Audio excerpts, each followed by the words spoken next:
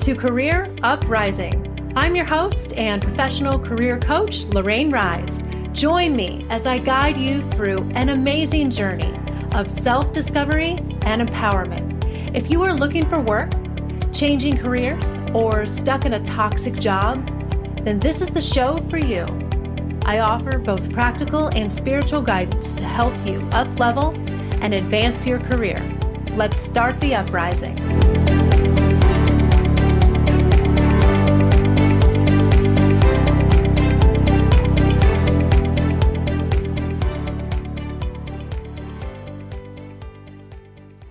Hey everybody, you are listening to episode 38, Strategies for the 50-Plus Job Seeker. Hello, my lovely listeners. How are you guys today? It's Lorraine. I'm rolling right along here, and I have to say I'm enjoying this beautiful, beautiful rainfall that we're getting. It hasn't rained here in a while in Virginia, and I'm watching it outside of my home office window here. It's lovely. So I don't know what's going on where you are, but thank you for joining me. It's the beginning of the year, and man, it's been busy already. In 2019, so much has been going on. My daughter just turned 9. My baby's growing up a couple of days ago, and business is rolling along, and taxes are going to be due. No, I'm not very excited about that, but you know what I mean, right? This is a busy time of year, and looking for work too. This is a big time of year for people to change jobs, change careers, and if you're like most of my clients and you're mid-career or definitely even late career, it's not that simple to go out there and just look for work, right? It gets harder. It's already a hard process, but it really does get harder as you get older. But I will say it doesn't have to be as hard as people think and as people make it out to be. You can find meaningful work even in your late career.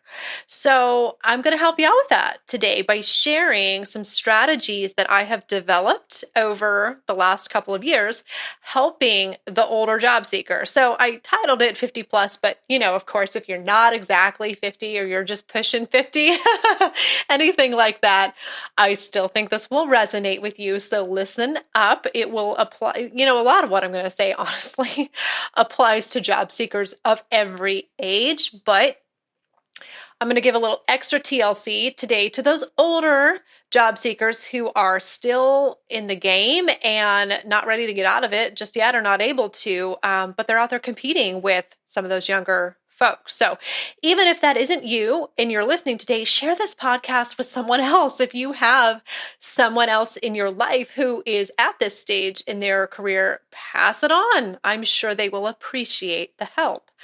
So before we dive in, really quick too, I want to extend an invitation to you guys. I am enrolling right now for my 2 transformational coaching programs. I have the Career Jumpstart and the Career Transformation. And I have had these programs for a couple of years now, but I revamped them for 2019. And you guys, they are better than ever. I'm say that humbly, but they are better than they have ever been. Okay. These are my signature programs. I've designed them personally, and I've designed them for job seekers and career changers just like you. All right. So the Jumpstart is great for clients who basically or pretty closely know what job they want, but they need help getting there. They need help with strategy, interviewing, networking, that type of thing. The job search process. Then my big mama, the Career Transformation, goes even deeper. This is for those of you who maybe don't know exactly what you want to do next, or maybe you do, but it's a really different field that you're transitioning to. And it's not just a simple hop, skip, and a jump, right? So this program, the Transformation, is about 3 months long. It's my most intensive. Now, both of these, though, combine various degrees of coaching with me one-on-one and reviewing or writing your career documents. I also do in-depth career counseling assessments to help you know your strengths, know who you are and what you love. And I gotta say, the clarity and the empowerment that comes from knowing yourself better and leveraging your strengths is huge. It's huge, guys. Okay. And this is what clients say. That's one of their favorite things about it. But anyway, I'm enrolling right now. I would love to hop on a call and talk to you more about them, see if they are the right fit for you. So here's your next step, folks. Book a call with me. All right. My schedule does fill up this time of year, so waiting won't be rewarded. Right. And I'm doing something with this that is rare, truly. It is. I'm actually going to use the investment for you to help you along in taking action, because taking action is the only thing that will ever get you results. You have to get up and do something different and make a commitment. You have to. So if you contact me by February 8th, which is just about 2 weeks from the airing of this show, okay, and if you're listening another time, you should still contact me and we'll still work something out. But for those of you who are listening now, February 8th is coming up, and you will get $300 off the investment of either program. That's right. You can choose which one is right for you and get $300 off each one. I'm helping you out with the investment. I'm enticing you to take action because I know that's where the magic happens. Okay. And if you don't know which program's right for you, call me. We'll talk about it. I'll help you figure it out. Okay. But you got to mention the show to get the discount. I have to know that that's what you're calling about. So mention this episode when you call. So what you want to do, go to worksmartcounseling.com/apply.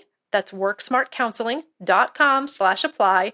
Fill out the form, book a call with me, and we'll take it from there. All right. And I am really looking forward to seeing who steps forward, who makes the commitment, who is brave and ready to not wait and not make excuses. Okay. Because that's who I work with and work for. So, like I said, if you're listening down the road, contact me anyway. Chances are good I'll still have these programs in place. If I don't, I'll have something better. I'm sure of that. So, all right, let's get on to our topic. I have quite a bit to go over with you. All right, so strategies for the late career, 50 plus-ish job seeker. So what I'm going to do today is outline for you a couple of specific considerations and things that you can do regarding how you can stay modern, stay competitive, and stay relevant in the job market when you're older. All right. And so all of these things will help to expedite the job search process for you. And age discrimination is one of those things that I get so many questions on. And I love this. I love helping people with this. This is my niche. This is who I serve. Okay. So absolutely, it exists. Yes, there is a bias out there. I wish there wasn't. To what degree, we really don't know. It's almost unquantifiable. It's really, really hard to measure. So I can't tell you how pervasive it is, but of course it's out there. But we're not going to let it be our crutch, right? We're going to move forward. It doesn't really matter if it's out there or not. You still need a job. That it doesn't change the fact that you still need to achieve this career change or this job change, whatever it is you want to do. It doesn't change that. So you're going to have to just work through it, be mindful of it, but don't buy into it. Be mindful of it, but don't buy into it. And that's big. All right. So I've broken this advice or these strategies into 3 categories. 1, your job search strategy. 2, the resume / LinkedIn, and 3, the interview. So I'm just going to give you kind of a high level overview of some things that you can do to get you started for each one of those to make sure that you are competitive out there. All right.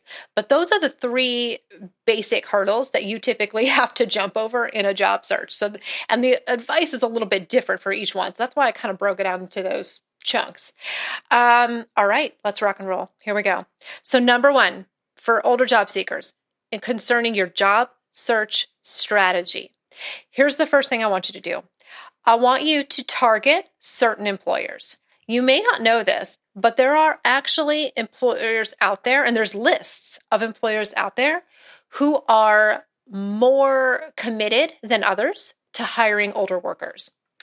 If you go to AARP's website, sorry guys, but if you're 50 plus, you know who AARP is. They have a list of employers who have taken the employer pledge and, among other things, demonstrated a higher level of commitment to hiring more older workers and just diversity in general. So diversity is a lot of things. It can be race, it can be age as well. So you can get that list. Go to their website or do a Google search, AARP, top employers for older workers. It'll come up. I promise. You probably didn't even know that list existed, right? Yeah, boom. There you go. There are employers out there who have made more of a commitment to that and are more open to that. Make it a part of your job search strategy to find them and target them. Okay. All right, number 2 for your job search strategy, consider the gig economy. Freelance working and consulting is on the rise. It's here to stay. It's a new way that we are working. Work, as we know it, is transforming before our eyes. It really is. I mean, I live in the gig economy. Freelance, that's pretty much what I do in a way, my full-time job. But I think for older workers, there is a real opportunity here. If you are in between jobs, temp work and consulting can be a great way for you to fill that gap. Or it can also just be a second source of income for you on the side. You can use it with a job or as a standalone option.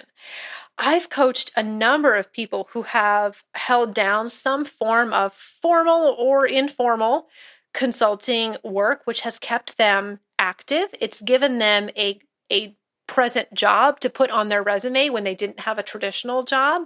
And that is a huge advantage in the job market to show that you're still working, still active in some capacity. This is big. And a lot of younger workers don't necessarily have the experience or the know-how to go market themselves as a consultant, right? They're probably not at that career level just yet. But you, as an older worker, you have more experience. You are a viable consultant to another company, all right? Consider that as either a career path or a supplementary source of income or a stopgap in between jobs. There's a couple of ways to play it, but there's a lot of benefits there for older workers, okay? And number 3 for your job search strategy, I want you to leverage your network. I want everyone to do this, but older job seekers in particular, you've lived longer, okay? You've been around the block longer. You know more people. You are apt to have the largest network of anyone out there. Your network probably is larger than the younger millennials. Now, I know some people might disagree with that because, the younger generation's all hyper connected online with all their Twitter friends and their Facebook friends. But how deep are a lot of those connections? I have to wonder how deep and meaningful are a lot of those connections. I think a lot of it is superficial. That's just my opinion, but I think a lot of it is superficial. So when I say leverage your network, I'm not talking about just superficial social media connections. I'm talking about people that you know. All right. And so this is where older workers have an advantage because we all know, or should know, that people get people jobs. All right. This is a pot of gold for you. Are you talking to people? Are you asking for referrals? Are you getting lunch meetings? Are you doing whatever you have to do? Are you picking up the phone? All right. And this is something that I think, again, in my opinion, the younger generation doesn't really understand as much. A lot of times we don't always have that face-to-face or at least over the phone connection. It's all on our computer. Well, the older generation wasn't raised that way. So use that to your advantage and tap into these meaningful relationships that you have and use them in your job search. Okay. And another thing too is your network, not only is it larger, but it probably is going to comprise of people who are your age, right? So older workers tend to know other older workers. So ask the people in your network where they work. Do you like your employer? Do they seem to value older workers and diversity? Tell me more about that. Find out who other older workers that you know work and what company that is and do they like it? And maybe there's a potential there. Get ideas from other people in your network. Okay. All right. So there you go. There's 3 nuggets for how you can stay kind of modern and competitive and get the advantage in your job search strategy. Targeting employers who will hire older workers, considering consulting work, and leveraging your network. All right. So digest that for a minute. What we're going to do is take a quick commercial break. But when we come back, I'm also going to share with you how you can take some of this same advice and transition it to the resume, the cover letter, and the interview, and what you need to know to be successful in those areas. All right. That's coming up after the break. We'll be right back.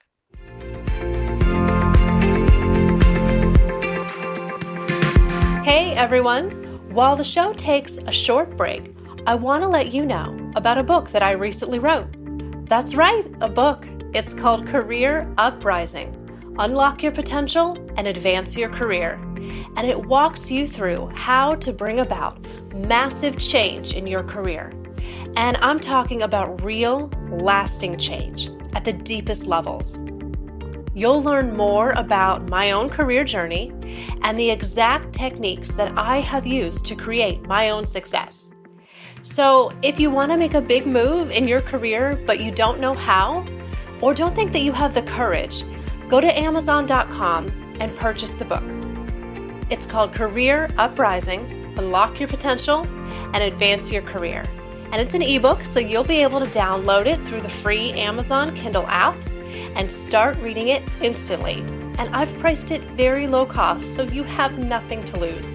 I know that you will get massive value from it. All right, let's get back to the show.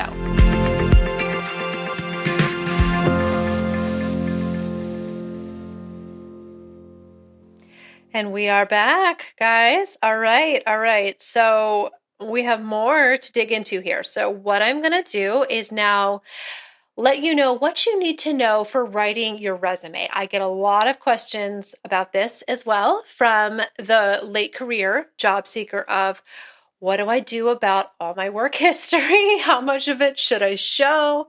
How long should my resume be? Should I put the dates on there? Lots of different things. So I will try to answer as many of those as I can. There's a lot of different things that we could get into in a limited amount of time. But here's what I will say. As far as the resume goes, you really only need to go back about 10 years. All right. So a resume is not a big, long biography of every job you've ever held. Okay. Stick to about the last 10, maybe 15 years. It depends. So a question that I get a lot is, should I put older work history on there? I have all these things that I did. What about all the stuff that I did 20 years ago? Well, here's the thing. Is it relevant?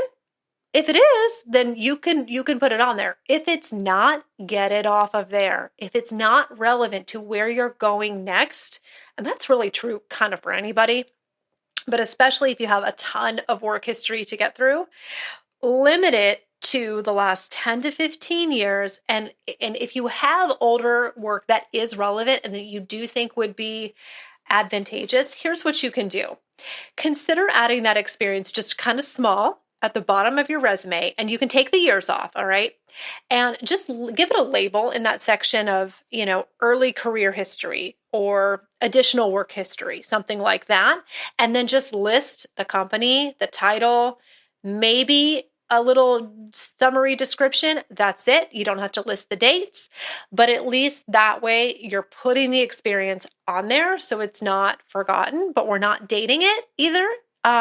Make sure you put the dates on the other more recent stuff, but I'm just talking about the older stuff. So, but even as a late career professional, your resume really shouldn't be more than 2 pages. I have rarely ever written a resume for anyone unless you're a professor or a doctor writing a traditional full CV, which can be pages and pages. Unless that's you, just the traditional resume, 2 pages or less. Yeah. So if we're going beyond that, you're going to have to pick what is really focused on my next role and what really matters for that, and leave anything else off. Okay.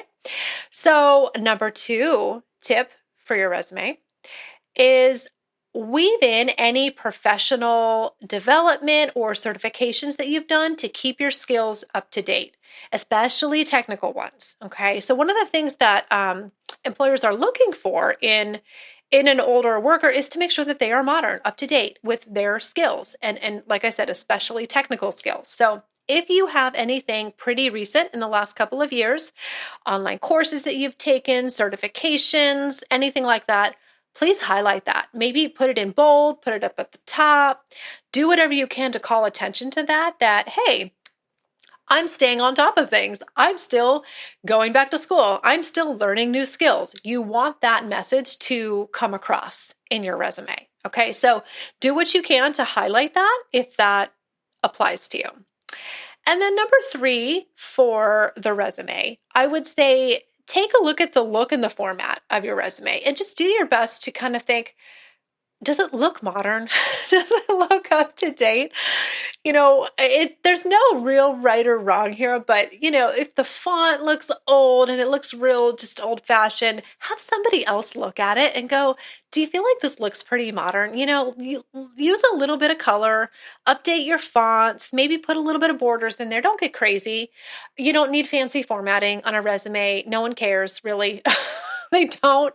As long as it's readable, as long as it's professional, as long as it's organized, but give it a fresh look. If you haven't changed the look or the format of it in 10 years, chances are it would benefit from that. And if you're not sure how to do that, I would love to work with you. I have team members who are very good at this and will create you a very crisp, yet simple and modern document. If not, at least get someone else to look at it and go, does this look like it's from the 1990s? And get another opinion in there. But it doesn't hurt to freshen things up and just give a good, clean, modern, crisp, professional presentation on the document, because first impressions do matter. They really do. So yeah, let me know if you need help with that. We do resume writing, but I would say just enhance your resume format a little bit. Okay. And then last but not least, the interview. How can you convey your marketability in an interview and convince this employer that you as a 50 plus something should be hired, right? Well, this is a big topic, right? So we only have a couple of minutes, but what I would say some of the most crucial things is be able to convey energy and enthusiasm and a desire to keep working. If you're going to transcend this age bias, okay, they're looking for somebody who is going to stick around for a while, is modern, is up to date, has energy. You need to convey those things, okay? So here's a little bit of dialogue that might help you on if you're wondering, well, what do I say? How do I convey that, right? Maybe this will help you. Okay, so it might sound like this. I plan on staying active as I get older, and I'm excited about this next phase in my career. I still have a great deal of energy and knowledge and experience to contribute to my next employer. And this role in particular that I'm interviewing for is perfect for me because, and then fill in the blank. All right. So what that simple statement was, and rewind the tape when you listen to this if you need to, is just me conveying to somebody either in an interview or a networking conversation that, hey, I'm not done. I'm ready. I'm excited. I want this job. I'm not just doing this because I have to keep working financially for 10 more years. Right? So think about your tone and your intent and what message they're likely perceiving from you. All right.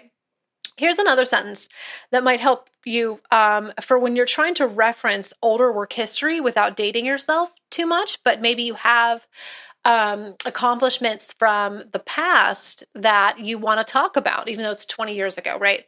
So simply say something like this. Say, although it was a number of years ago, I do have a great deal of experience in XYZ. So the idea of returning to that at this point in my career is really exciting, whatever that may be. Okay. Again, convey excitement and energy and enthusiasm and competent technical skills. If you can do that, you will be hired. You will be more competitive. And bottom line, no matter what your age is, if you can convey to the employer that you can solve their problems, you're going to get hired, no matter how old you are. You are a problem solver. Know what problems you've solved and be able to articulate that to them confidently in a way that's relevant to them. That's what's going to get you hired. Okay? You can do this. I have seen so many older job seekers that I've worked with slay it. They go out there, they show up, they have a positive attitude, they do the work involved, and they get jobs. And they don't let the age bias become their crutch. They don't let it slow them down. So that's a big part of this too. Okay, that is it, my friends, for episode 38. If you like what you hear, consider working with me and letting me help you apply this advice to your personal situation. So don't forget to go to worksmartcounseling.com/apply, book a call with me, and you can take advantage of the $300 off my coaching programs. Don't wait. My schedule is filling up. February is going to be big. So now's the time to take action. Your career will thank you. And mention this episode when you are on the call with me, okay? All right, guys, that's it. I'll be back next week with a fresh episode. I love you guys. Go out there. Be brave. Be fierce, all right? I'll catch up with you next time.